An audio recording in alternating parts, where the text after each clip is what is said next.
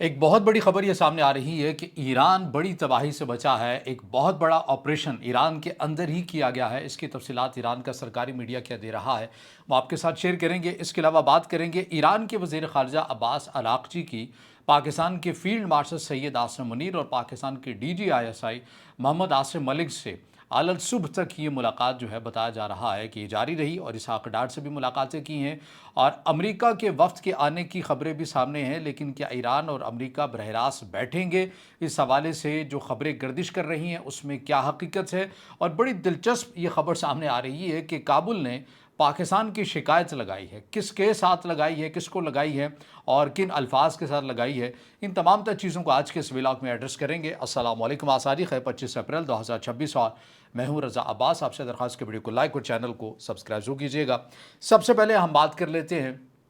جو امریکہ اور ایران کے مذاکرات کے حوالے سے ہے۔ ہم نے کل ہی مختصر سے ولاگ میں آپ کو یہ بتایا تھا کہ ایران کا وفد جو آ رہا ہے اور جس کی جو قیادت ہے لیڈ کریں گے ایران کے وزیر خارجہ عباس عراقچی، ان کی قیادت میں آ رہا ہے۔ اور یہ ایسا نہیں ہے کہ یہ امریکی حکام سے ملیں گے، جیرڈ کشنر سے ملیں گے، اسٹیو وٹکاف سے ملیں گے۔ ان دونوں شخصیات سے متعلق ایران کے اندر ویسے ہی ایک عدم اعتماد والا فیکٹر ہے کہ بھئی ہم نے ان کے ساتھ نہیں بیٹھنا۔ جب ہم پر حملے کیے گئے ہم تب بھی انہی کے ساتھ بات کر رہے تھے اور اسی دوران ہوا، تو ان کے ساتھ بیٹھنا اس طرح کا کارگر نہیں ہوتا۔ البتہ جب جے ڈی وینز آئیں یا کوئی اور امریکہ کا ایک اہم سیاسی سفارتکار اس طرح کی کوئی شخصیت آ جائے تو ان کے ساتھ بات کی جا سکتی ہے۔ لیکن بہرحال ایران کا جو وفد ہے وہ اس بار اس انٹینشن سے آیا بھی نہیں۔ ایران کے سرکاری میڈیا نے یہ بتایا کہ جو کہ 3 روزہ فیلڈ مارشل سید عاصم منیر نے تہران کا وزٹ کیا تھا، یہ اس وزٹ کے جواب میں ہے، کیونکہ پاکستان کے فیلڈ مارشل سید عاصم منیر کی طرف سے امریکہ سے موصول شدہ ایک نئے مسودے کے اوپر ایرانی حکام کو بتایا گیا تھا کہ بھئی یہ پیغام آیا ہے، یہ نئی تجاویز ہے، چیزیں ہیں۔ اس کے اوپر آپ کو یاد ہے کہ ایران نے کہا تھا کہ ہمیں وقت چاہیے، ہم اس کا جو جواب ہے وہ آپ کو ضرور دیں گے۔ یہ جو جواب ہے ایرانی حکام نے تیار کیا اور ایک مفصل جواب تیار کیا، اور ایرانی یہ چاہتے ہیں کہ بار بار یہ جو آنا جانا ہے اس سے ذرا گریز کیا جائے۔ ایک ہی بار جو مفصل طریقے سے جو پوری تفصیل ہے جو فیلڈ مارشل سید عاصم منیر کے وزٹ کے دوران مسودہ ایک ایرانی حکام کے سامنے رکھا گیا تھا، اس کا جو جواب ہے وہ لکھا جائے، دیکھا جائے اور پھر اس کو پاکستانی حکام کے حوالے کر دیا جائے۔ تو یہی وہ تفصیلی جواب تھا جو ایرانی وفد جو ہے عباس عراقچی کی قیادت میں وہ دینے پاکستانی حکام کو آئے تھے، تاکہ پاکستانی جو حکام ہیں یہ امریکہ کے حوالے کر سکیں۔ اب امریکہ کے جو وائٹ ہاؤس کی ترجمان ہے انہوں نے یہ بیان دے دیا کہ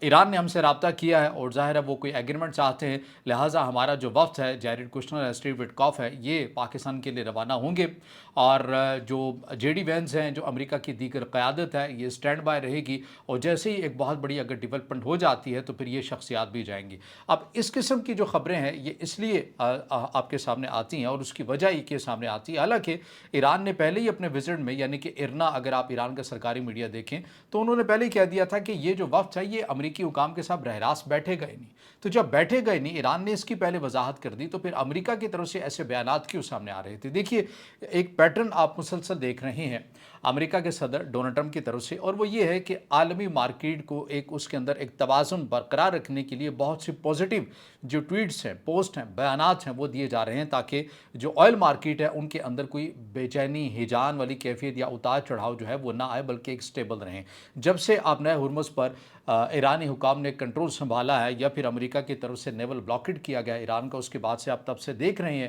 کہ تیل کی جو قیمتیں ہیں ان کے اندر ایک اتار چڑھاؤ آ رہا ہے، اور یہ امریکہ کے لیے ایک پریشر بن رہا ہے۔ امریکہ کے لیے پریشر اس لیے نہیں کہ امریکہ اس سے متاثر ہو رہا ہے، ظاہر امریکہ کے اندر بھی مہنگائی بڑھ رہی ہے، جیسا کہ ایران صورتحال سے گزر رہا ہے، دیگر خطہ گزر رہا ہے، لیکن امریکہ کے جو اپنے اتحادی ہیں ان کا بھی ایک پریشر ہے جو بڑھ رہا ہے مسلسل امریکی انتظامیہ پر، اور اسی پریشر کو کم کرنے کے لیے اور عالمی مارکیٹ کو سٹیبل رکھنے کے لیے پازیٹیو خبریں بھی دی جا رہی ہیں کہ بھئی ہمارا وفد جو ہے وہ ایران کے رابطہ کرنے کے بعد جا رہا ہے اور وہ ایرانی حکام سے ملے گا، اور اگر کوئی بڑی ڈیولپمنٹ ہو جاتی ہے تو پھر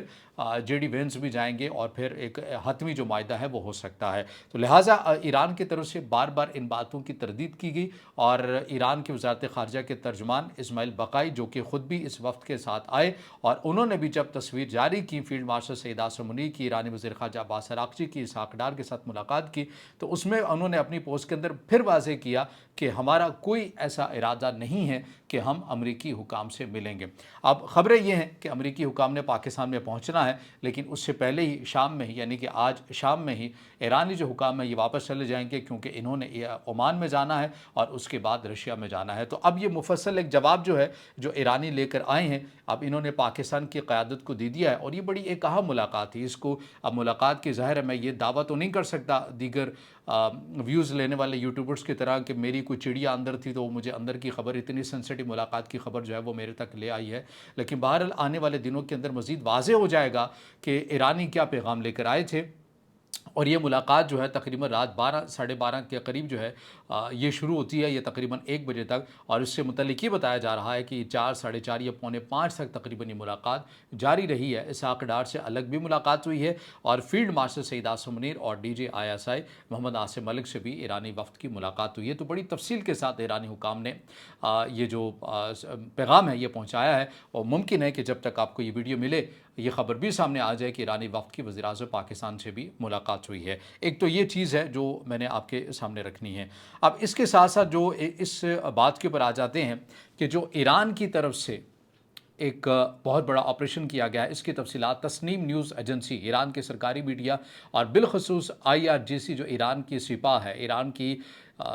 اسٹیبلشمنٹ ہے، اس کے قریب جو یہ نیوز ایجنسی سمجھی جاتی ہے، انہوں نے بڑی تفصیل کے ساتھ خبر دی ہے۔ ظاہر ہے یہ انگلش میں، اس کی پوری تفصیلات میں منو پڑھ کر آپ کے سامنے رکھ رہا ہوں کہ کہاں کہاں پر کس حد تک کارروائیاں ایرانی حکام کی، ایرانی فورسز کی طرف سے کی گئی ہیں، اور کیا کیا کامیابیاں ملی ہیں۔